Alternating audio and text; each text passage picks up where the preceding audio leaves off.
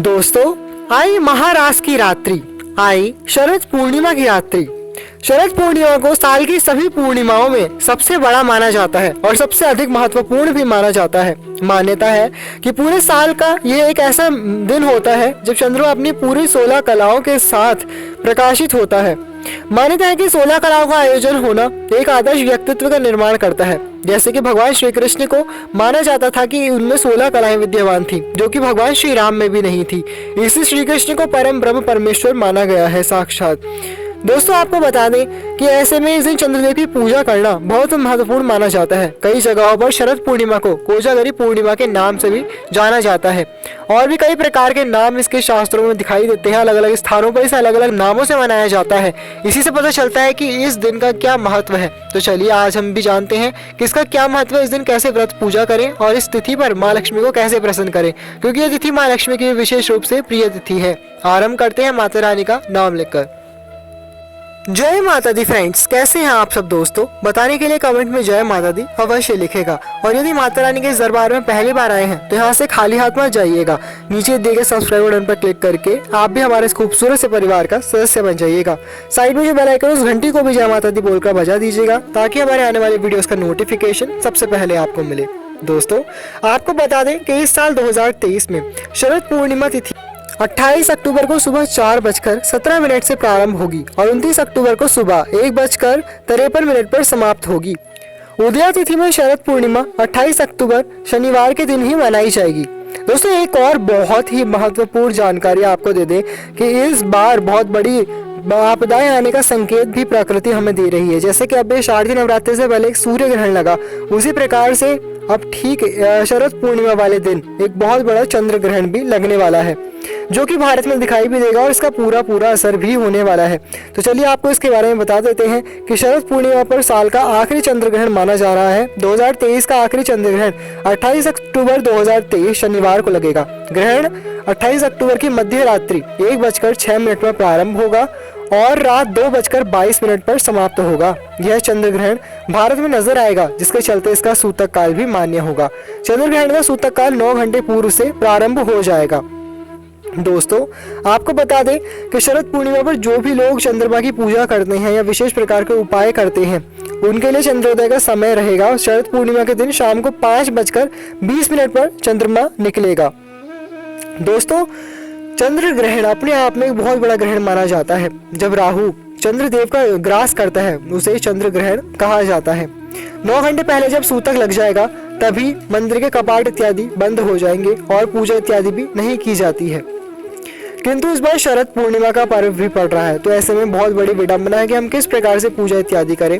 तो देखिए, आपको बता दें कि चंद्र ग्रहण का जो सूतक काल होता है वो इतना अधिक प्रभावशाली नहीं होता है और आप अपने अपने स्थानों पर देख सकते हैं, क्योंकि भारत में भी पूरे भारत में दिखाई नहीं दे रहा है ये वाला ग्रहण।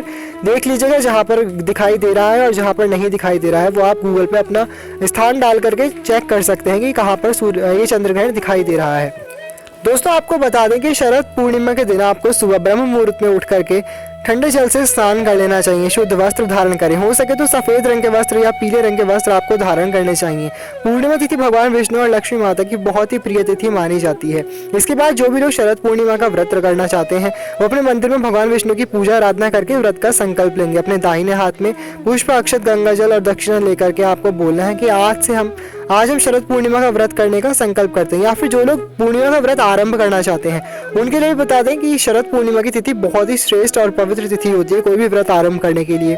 तो आप आज की तिथि से भी पूर्णिमा के व्रत आरंभ करके 1 साल तक या जितने भी आप करना चाहें उतना संकल्प लेकर के अपने व्रत आरंभ कर सकते हैं, वरना सिर्फ शरद पूर्णिमा के दिन ही आपको व्रत करना चाहिए, क्योंकि इस तिथि का बहुत ही अधिक ज्यादा महत्व आता है।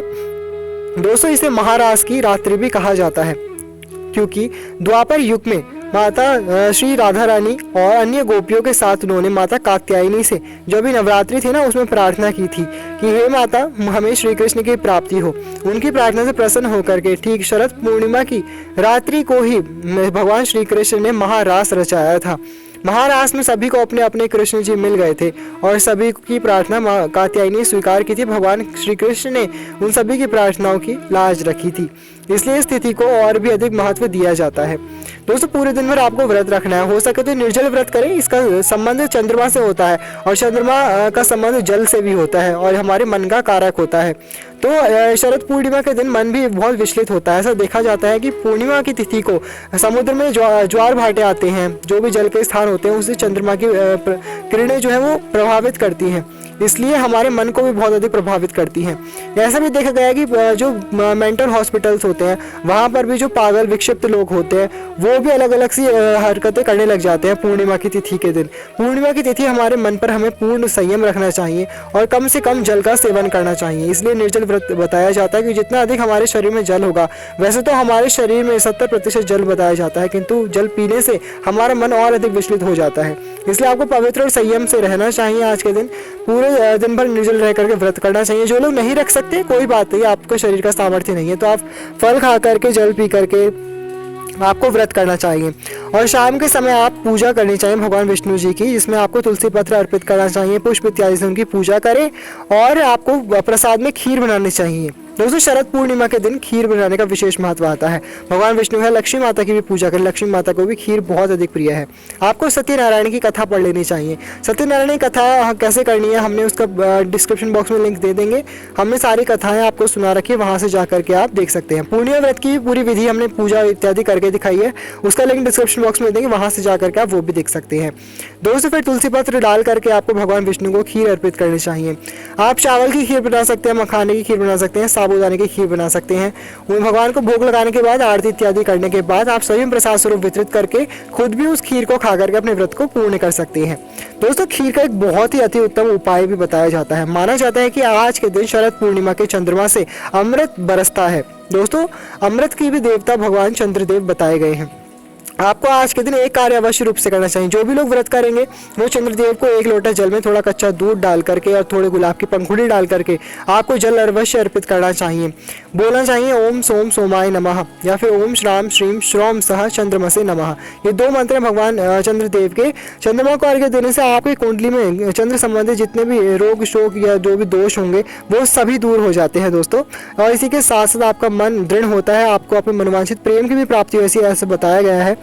और जो भी दाम्पत्य जीवन में सुखता और मधुरता आती है या आप किसी से प्रेम करते हैं, किसी को पाना चाहते हैं, उसमें भी चंद्रदेव आपकी पूरी सहायता करते हैं। दोस्तों चंद्रमा का संबंध हमारी माता से भी होता है, इसलिए आज के दिन आपको अपनी माता का आशीर्वाद विशेष रूप से लेना चाहिए। उनके चरण स्पर्श करके उनका आशीर्वाद लें और शाम के रात को समय आपको एक उपाय कर लेना चाहिए। जो भी आपने चावल की खीर बनाई है थोड़ी सी खीर एक कटोरे में रख करके आपको अपनी छत पर या बालकनी में जहाँ पर भी चंद्रमा की प्रकाश आता हो वहाँ पर रखनी चाहिए। ध्यान रहे उसे किसी जाली इत्यादि से ढक देना चाहिए ताकि उसमें कुछ भी गिरे ना या कोई जानवर आके उसे आहत ना कर दे रात को, बंदर इत्यादि। तो इस बात का भी आपको ध्यान रखना चाहिए। पूरी सावधानी से आपको वो खीर रात भर रखी रहने देनी चाहिए चंद्रमा की किरणों में। वो सारा अमृत जब वो खीर सोख लेगी उसके बाद आपको सुबह के समय में उसका प्रसाद सभी में बांटना चाहिए। ऐसा करना बहुत ही ज़्यादा लाभकारी बताया गया है हमारी पूरी सेहत के लिए और हमारे आध्यात्मिक जीवन के लिए भी। इससे आध्यात्मिक जीवन में भी उन्नति होती है और कई प्रकार के रोगों का नाश हो जाता है हमारे शरीर से, क्योंकि चंद्रमा की किरणों में इस समय बहुत अधिक मात्रा में कुछ ऐसे तत्व होते हैं, कुछ ऐसे अमृत बताया गया है शास्त्रों में इसको कि ऐसा उपाय आपको अवश्य रूप से करना चाहिए। वहीं जो भी नेत्र रोग से पीड़ित हैं उन्हें भी बताया जाता है कि चंद्रमा की रोशनी में आज के दिन आपको सुई में धागा डालने का प्रयास भी करना चाहिए। हर पूर्णिमा को ये प्रयास करेंगे तो आपकी नेत्रों की ज्योति भी बढ़ जाती है। वहीं आपको बता दें कि जिन जिन स्थानों पर भी भारत में ये ग्रहण दिखाई देगा वहाँ पर आपको एक खीर वाला प्रयोग नहीं करना चाहिए। इसके अतिरिक्त आपको ग्रहण में विशेष प्रकार की सावधानी बरतनी चाहिए। जो भी ग्रहण का समय होगा, वैसे भी रात में ग्रहण है दिखाई देगा कई स्थानों पर, तो वहाँ पर आपको सोना नहीं चाहिए। रात के समय में आपको भगवान का भजन कीर्तन करना चाहिए, हो सके तो हवन करें। ग्रहण काल में हवन करने का विशेष महत्व आता है। हवन करने से जिस भी मंत्र का हवन करते हैं वो बहुत अधिक जल्दी से सिद्ध हो जाता है जो ग्रहण काल में हवन किया जाता है। इसके अलावा आपको ग्रहण काल में जो विशेषकर गर्भवती स्त्रियां हैं उन्हें सावधानी बरतनी चाहिए। उन्हें अपने बाल खोल करके बैठना चाहिए, अपनी गोद में एक नारियल रखना चाहिए, भगवान का नाम जपते रहना चाहिए। ग्रहण पूरा हो जाने के बाद उस नारियल को कहीं पर विसर्जित कर दें। आपके घर में जो भी भोज्य पदार्थ हैं, खाने पीने की वस्तुएं, उन सभी में आपको तुलसी पत्र डाल करके रखना चाहिए और ग्रहण पूरा होने के बाद वो तुलसी पत्र निकाल देना चाहिए। ग्रहण पूरा होने के बाद आप सभी को स्नान करना चाहिए, घर में गंगा जल छिड़क करके सब कुछ पवित्र कर लेना चाहिए। ध्यान रहे ग्रहण को देखना नहीं चाहिए, ग्रहण के समय आपको ग्रहण में जाना भी नहीं चाहिए। दोस्तों लक्ष्मी पूजन का भी बहुत अधिक महत्व होता है, जैसा कि हमने आपको बताया अभी।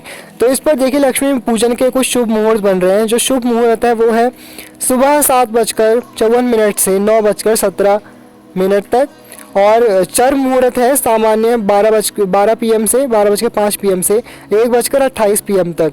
लाभ मुहूर्त है, उन्नति मुहूर्त है 1:28 PM से 2:52 PM तक।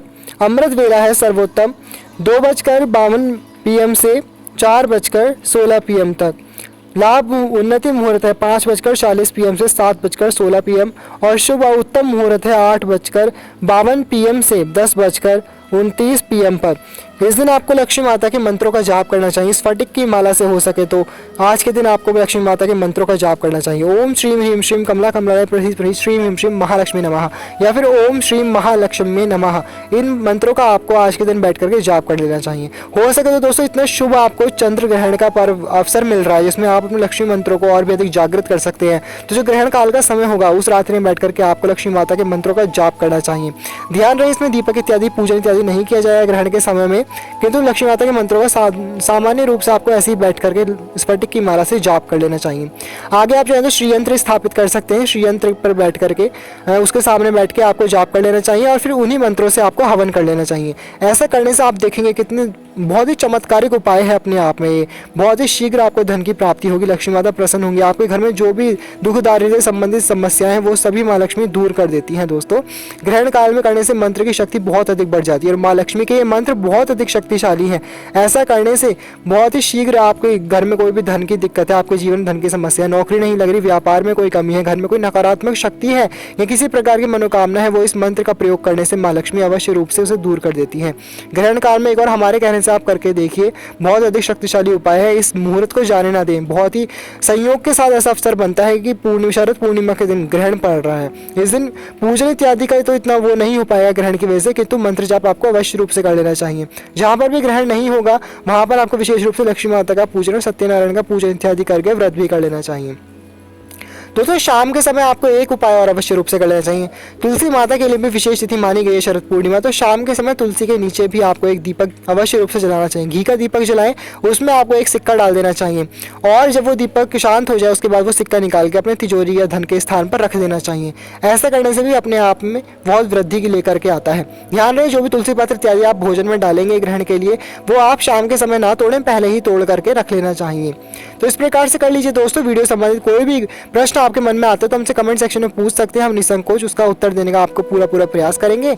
आपको हमारे वीडियो अच्छे लगते हैं तो उसे लाइक अवश्य रूप से कीजिएगा, बिना लाइक किए मत जाइएगा। दूसरों से भी शेयर कीजिएगा, और माता रानी के इस खूबसूरत से परिवार का सदस्य अवश्य बनिएगा। साइड में जो बेल आइकन है उस घंटी को भी जय माता दी बोलकर बजा दीजिएगा। नीचे देखिए सब्सक्राइब बटन पर क्लिक कीजिएगा। आप मिलेंगे अगले वीडियो में और भी जानकारी के साथ। तब तक के लिए thank you all, love you all, जय माता दी।